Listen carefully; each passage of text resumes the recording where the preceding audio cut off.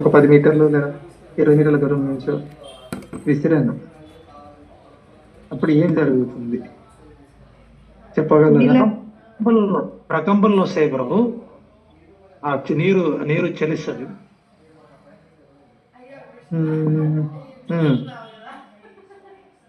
ఇంకెవరైనా ఇంకా దీనికి ఏమైనా అదనంగా? హరే కృష్ణ ప్రణామాలు ప్రభుజీ. అలజడి వస్తుంది. అలా జడి మంచి.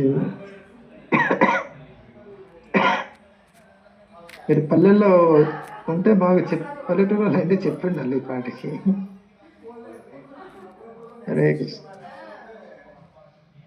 ఆ కొలంలో వేసినప్పుడు ఏమవుతుంది? దూరం నుంచి రాళ్ళు ఒక్క చోట పడతాయా?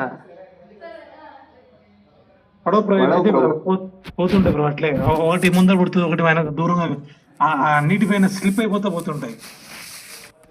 పడేది వేరు వేరు చోట్ల పడతాయి కదా. అవును బ్రో. పడినప్పుడు వేరు వేరు చోట్ల అల్ల మొదలవుతుంది. అవును బ్రో. అవును బ్రో. మొదలయ్యి ఏమవుతుంది? ఒకదానికొకటి క్లాష్ అవుతుంది. అవును బ్రో. అలలు. అవును బ్రో. Correct bro. ఎందుకు? సెంటర్ పాయింట్ లేదు కాబట్టి. ఈ రాయి తనకు తను సెంటర్ పాయింట్ అనుకుంది, ఆ రాయి తనకు తాను సెంటర్ పాయింట్ అనుకుంది. అందుగురించి దాని అలా దీని అలా వచ్చి అక్కడ క్రాష్ అవుతుంటాయి. కొల్లేజన్ అవుతుంటది. దానివల్ల అది విస్తరించదు, ఇది విస్తరించదు. విస్తరించదు.